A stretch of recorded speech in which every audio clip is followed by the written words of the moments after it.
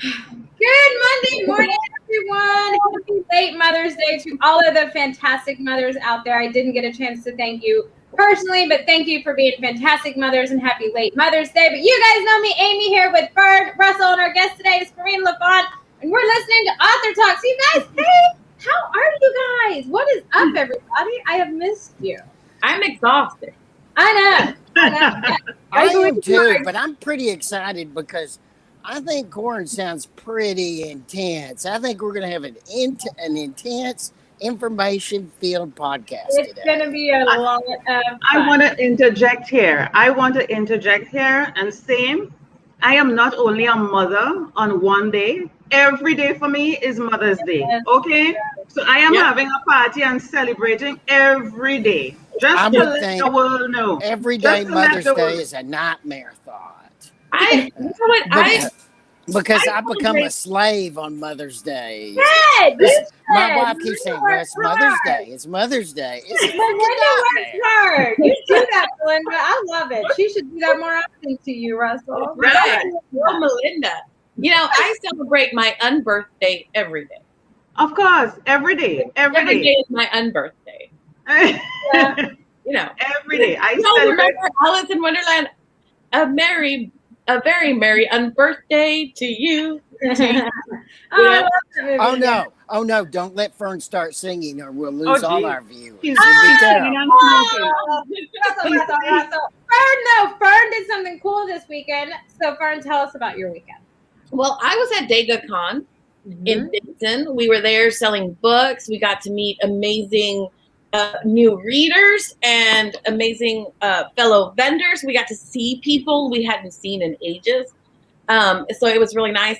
And you can see on my door, I've got 2 new posters from Mustafa. I see my picture there. I see my picture there. The Wonder Woman. You got me there. I look good. Thank you. Now, Musa, he works for Marvel and DC. Yes. He is an official artist for them. I mean, his work is just glorious. And behind Batman, you see Batman. On the reverse of Batman is Superman. But I love Batman. I love the dark and brooding. He's just a rich dude with toys. I don't know if you can see it, but that one right there is Mustafa. It's Doctor Strange. I can't see it. I would go get it, but I don't want to get up. But he's such a great artist. And for someone with that level of success, what I really like about him is that he is very down to earth, easy to talk to. He's not arrogant. I introduced him to Rosa because I was like, trying to get her to network. And you know how shy she is. And he was really, really nice and encouraging. So I really enjoy chatting with him and getting to know him a little bit better. We hadn't seen him since 2019. It was like, yay! Look, you're still on it. We love you. So much fun. He is the sweetest guy. I honestly, when I met him, I was talking to him, and I don't know. I mean, I know celebrities, but I didn't know like him. And then when they announced it at DegaCon, when I was there with you, Fern, I was like, oh my gosh, I had no idea. And I was like super impatient about getting my photos. He was lucky he got to meet you, Amy. No. James, really? Really? You're going to go there, James? No, I have pants on. Oh, he says, look, I have pants on. Okay. James is cool. I will defend James. And by the way, what happened to when they post their comment? I have it right here. I just wasn't going to show that one. Turn them all on. I have them on. I'm just clicking. I love it when the comments come up. James, thank you. You're cool.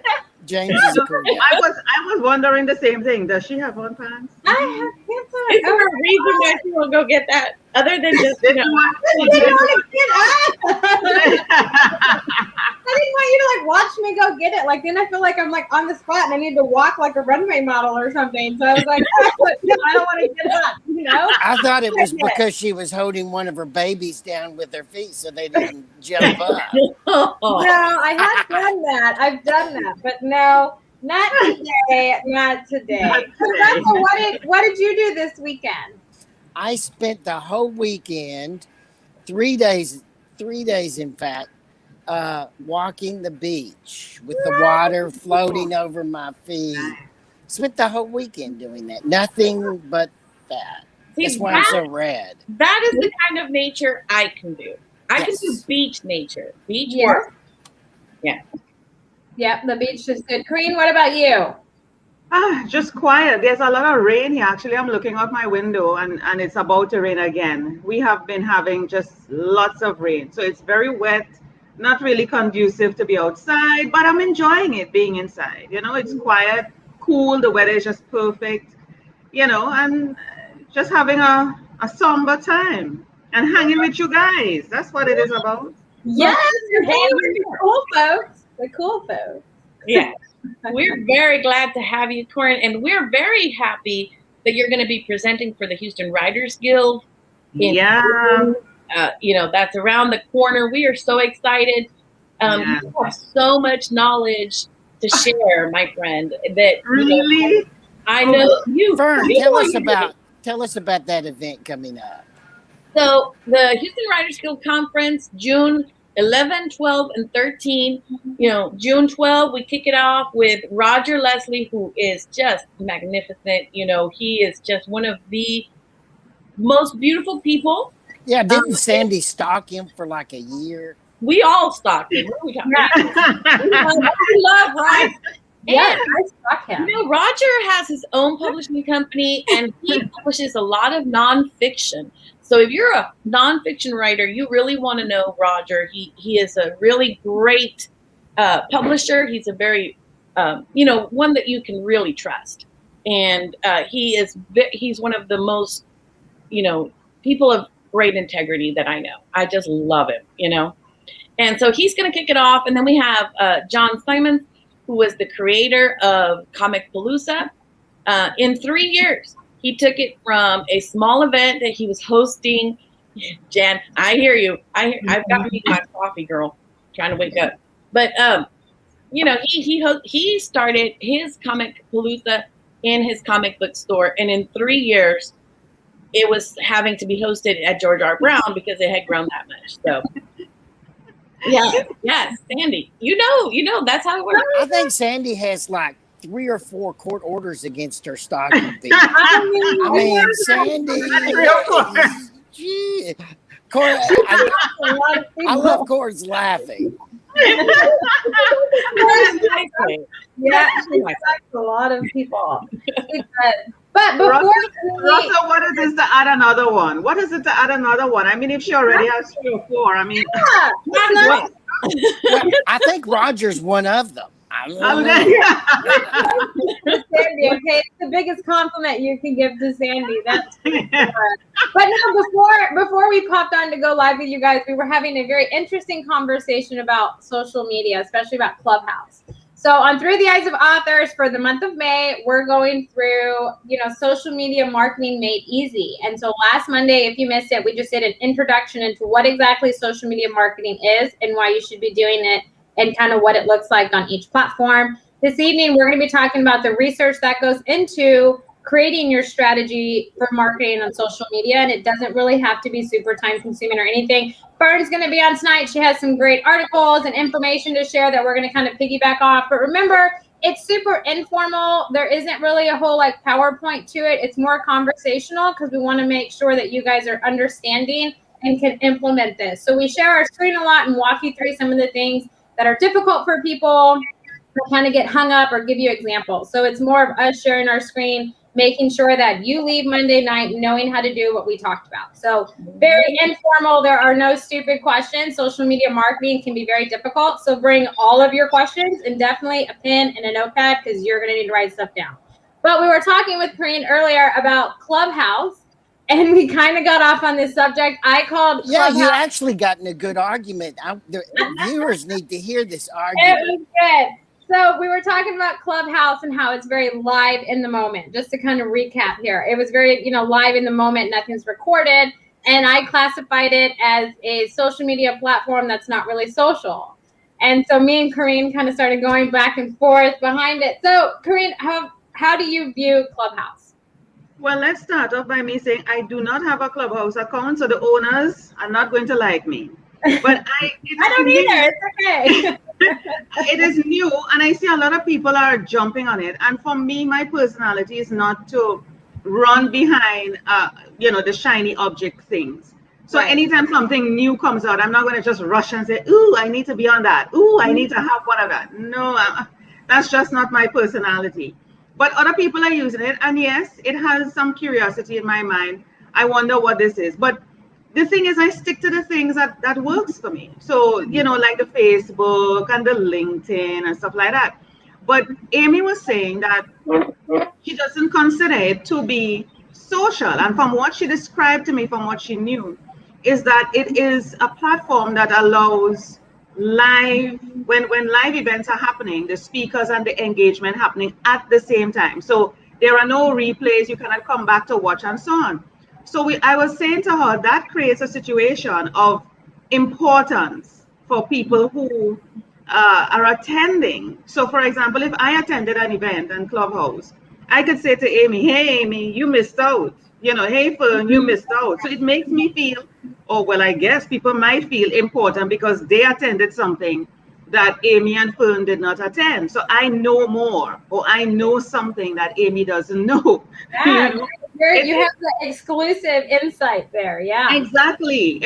When that may not necessarily be so, but Yeah. it creates that perception that I have something that Amy didn't have access, and she will not have access because there are no replays. So I have this thing.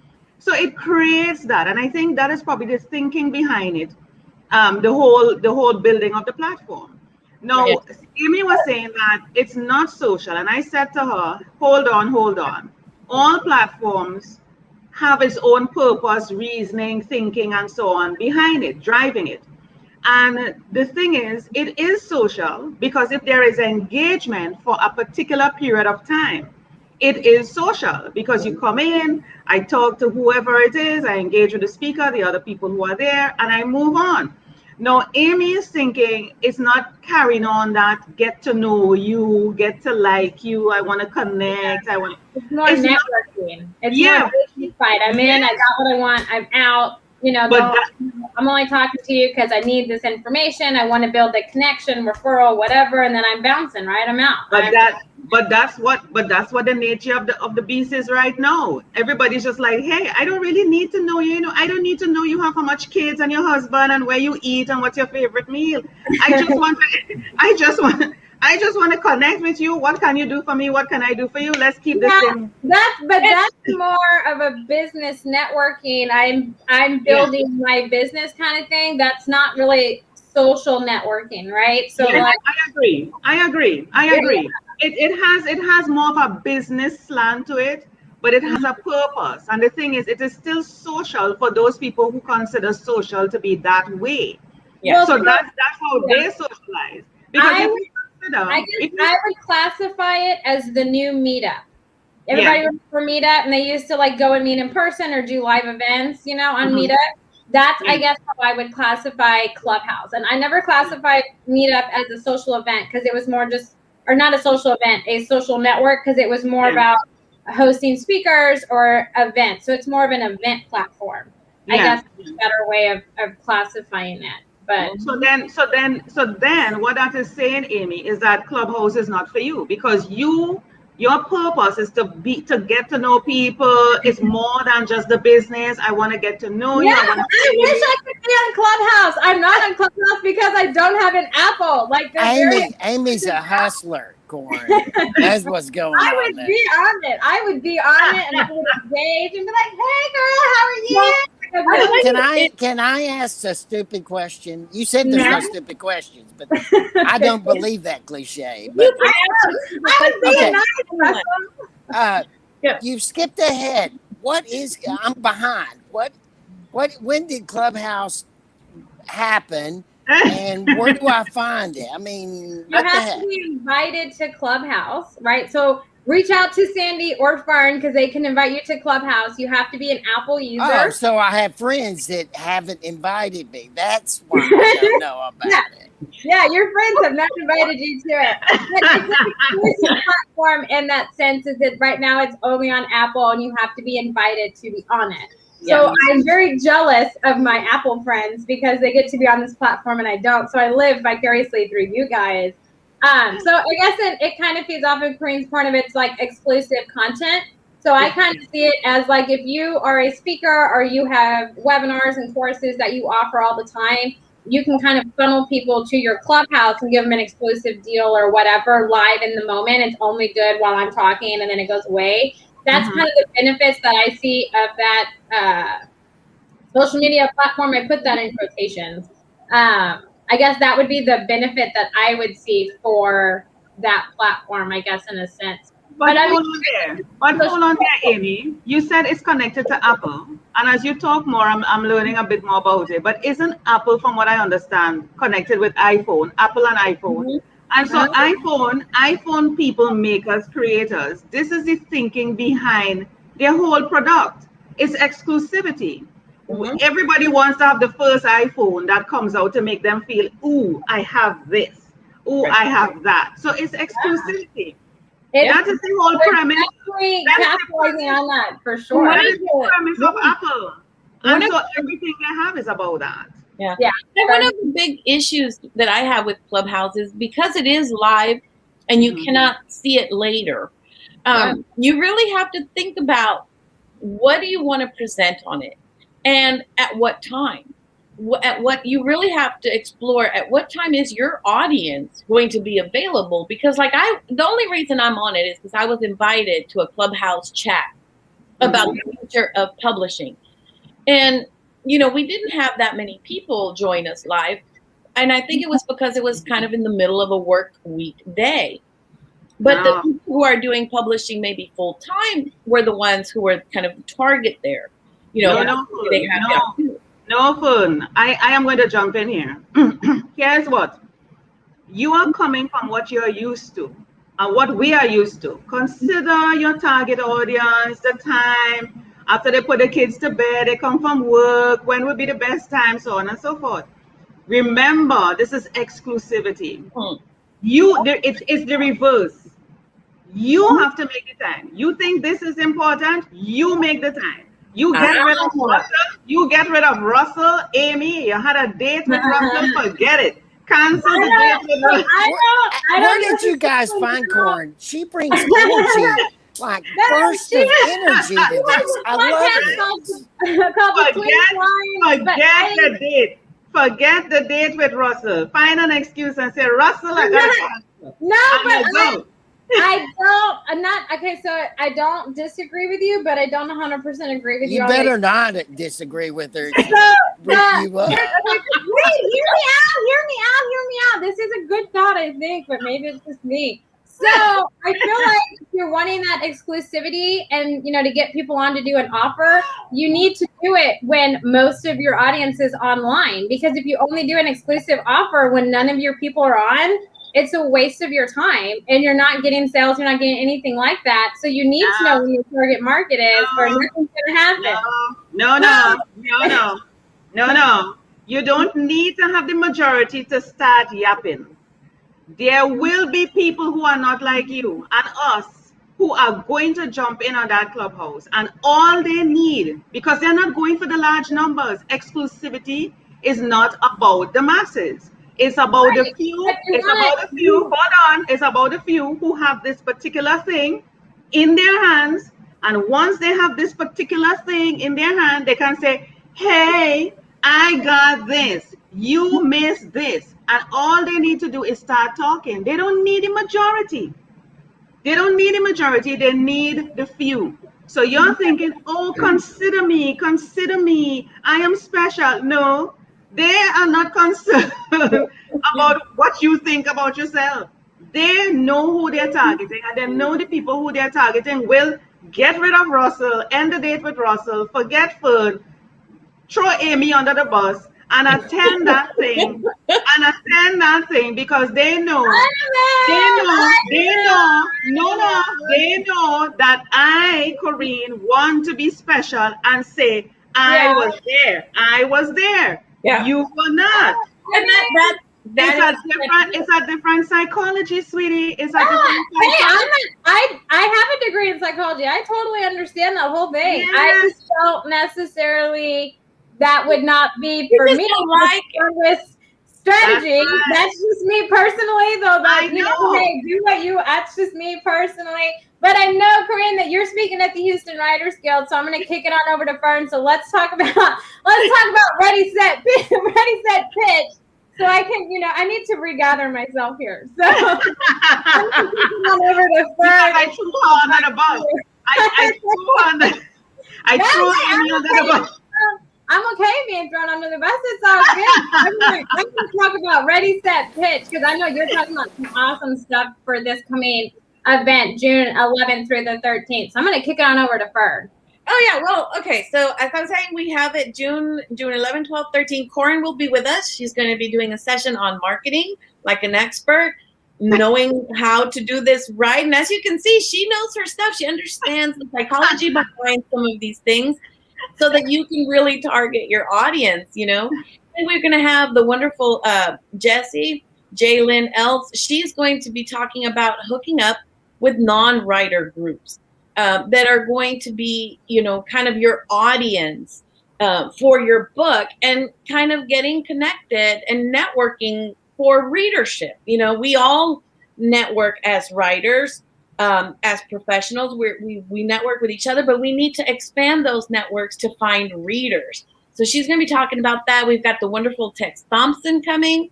She does a wonderful workshop for us on Sunday. She will also be presenting Saturday, and we have just amazing, you know, genre-specific sessions for our authors. We've got Terry Hill, who is a NASA person. He's going to be talking about science fiction and fantasy and how the two genres work together and how to keep, you know, how to categorize each one and understand what they are. Dawn Dowdle is one of our agents, and she's going to be talking about the difference between mystery and suspense. There is a difference. She was one of our wonderful contest judges when we did our mystery contest. And, you know, she was telling us about how most of those were just suspense stories and not really mystery. So she's going to be talking about that. We have the wonderful Joanna Jordan, who is going to be talking about writing for healing, you know, using your life experiences and your writing, not just to heal yourself, but also to help others heal. So she's going to be talking about that. So, I mean, we have an incredible panel of editors and agents. We've got people from the Texas Review Press, Donald Moss Agency. We've got a lot of amazing opportunities. And if you've got a book ready to pitch, people, you are ready to find an agent. You want to check out the agents that are going to be there. Check out who you can pitch to, because I'm definitely pitching to Ray, because you know, she's looking for science fiction fantasy. So you definitely want to join in the conference. It's all virtual, so you know you can be in your PJs. Pants are optional. Boy, that gives Amy a relief. Yes, I'm going to be there. You know it. I'm not going to stand up, but I'll be there. You had me at pants are optional. You had me there. Pants are optional. Just make sure you look good on top. And I love that. I love it. Yeah. No, yeah. Yeah. And Jen is like, it's scary. It is kind of scary to get out there and to pitch to agents, to publishers, you know, to put your work out there. But, you know, it's what we are here for. That's why we write. So finding your audience, building your platform. You don't want to miss Corinne's presentation on marketing yourself. I don't want to miss it. I mean, I've got to hear this. I just hope Amy's there for her to beat up on. Amy, will you appear with Corinne? It seems to really pick it up. all day. I'm totally game for it. But we have such a limited amount of time. But I'm all game for it. I learn new things all the time, and other people's point of views and stuff are welcome. So yes, I'll be there. I can be your punching bag. I can take it. I'm good. I'm good. No matter to me. I'm all good. But no, I am very excited about this whole event. But Corine, you also have a podcast that you have authors on. So how about you tell authors how they can get in touch with you if they'd like to be on your show? Well, the best way to go, you see my website, I think, at the bottom there. And on my website, it will take you, there is a tab that says podcast. So if you go there, you'll be able to see all the, different interviews that I've done. And of course, you can contact me on my website. Feel free to reach out to me. I'm very easy to find. If you can't find my website or you forget, just remember my name, Corine La Font. Google me. A lot of things are going to come up, and you just reach me. And if not, if you can pull Amy from under the bus, she's going to. I'm okay. I don't mind. But no, if you also need help, get in touch with Corine. I have her email address. Because, ladies like that, I can get you in touch with her 100%. If you can get her from under the bus, just ask her for my contacts. And my podcast is called Between the Lines. And I interview all sorts of people. It's not only authors. I do speakers. I do persons in spirituality. I do entrepreneurs. Because you learn a lot from a lot of people.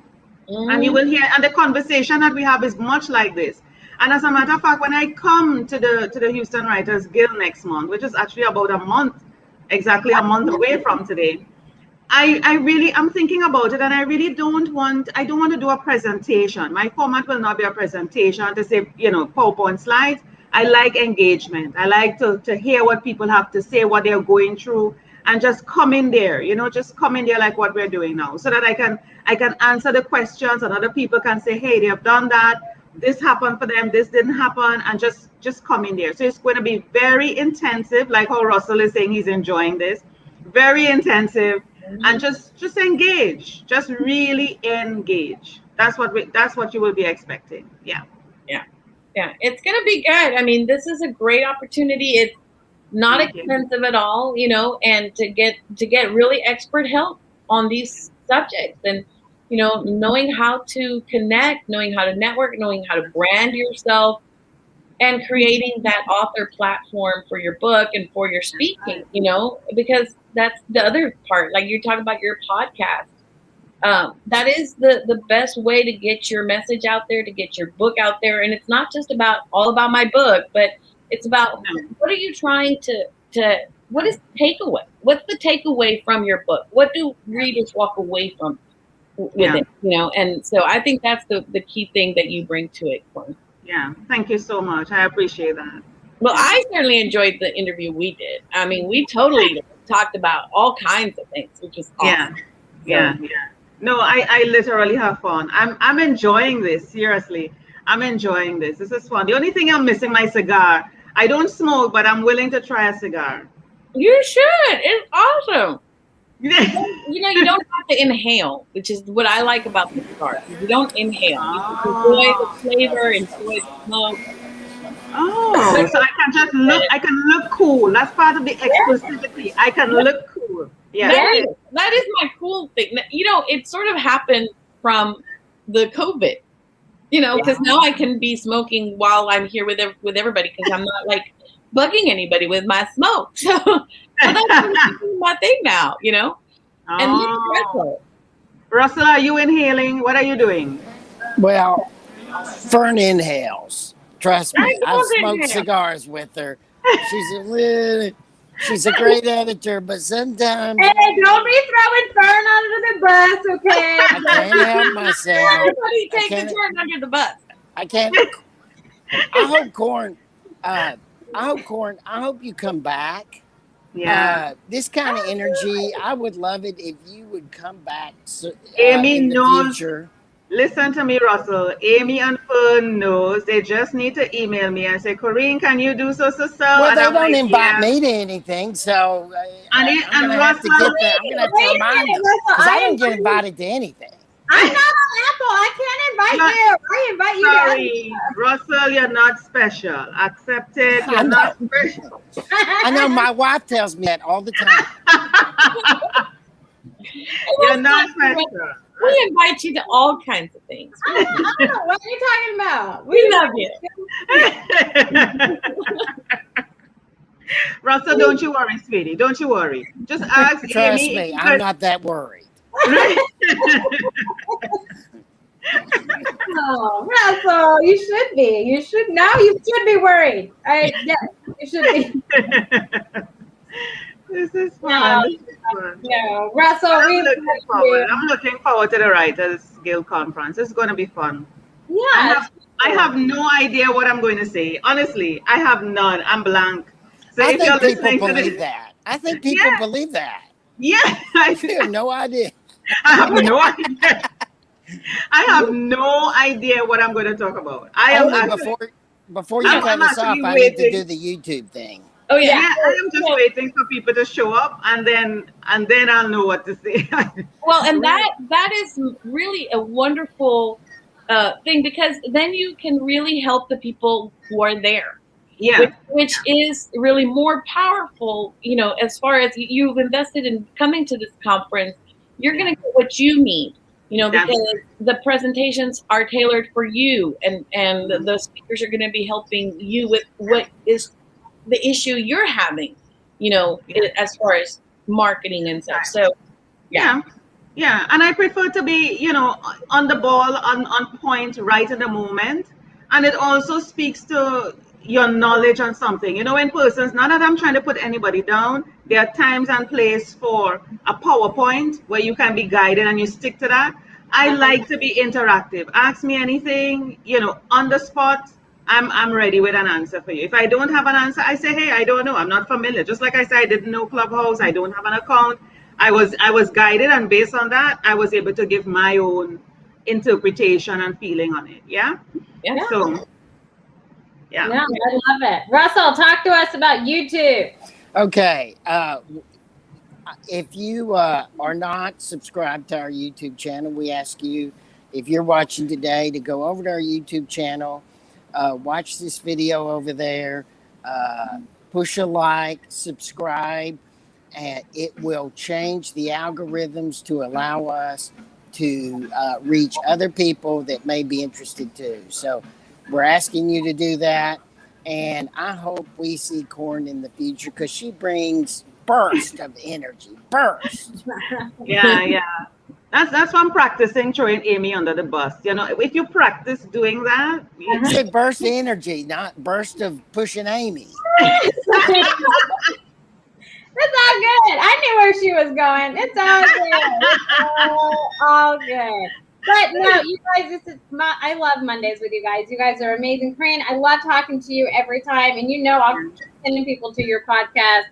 But you guys, tonight on Through the Eyes of Authors, if you are joining, we're talking strategy and the research that you need to put in behind for strategy on your social media marketing, especially for authors. Fern has some great websites and tips that she's going to share with us. Remember, it's very informal, conversational. We just want to engage, make sure that you understand how you can market your book for yourself. So join us tonight on Through the Eyes of Authors. But other than that, Corine, thank you so much for taking the time to meet with us today. Fantastic conversation. Great Monday. I love the energy, like Russell said. So until then, you guys, where's my cursor? Okay. Until then, you guys have a fantastic rest of your Monday and a great week. And we'll catch you all next Monday.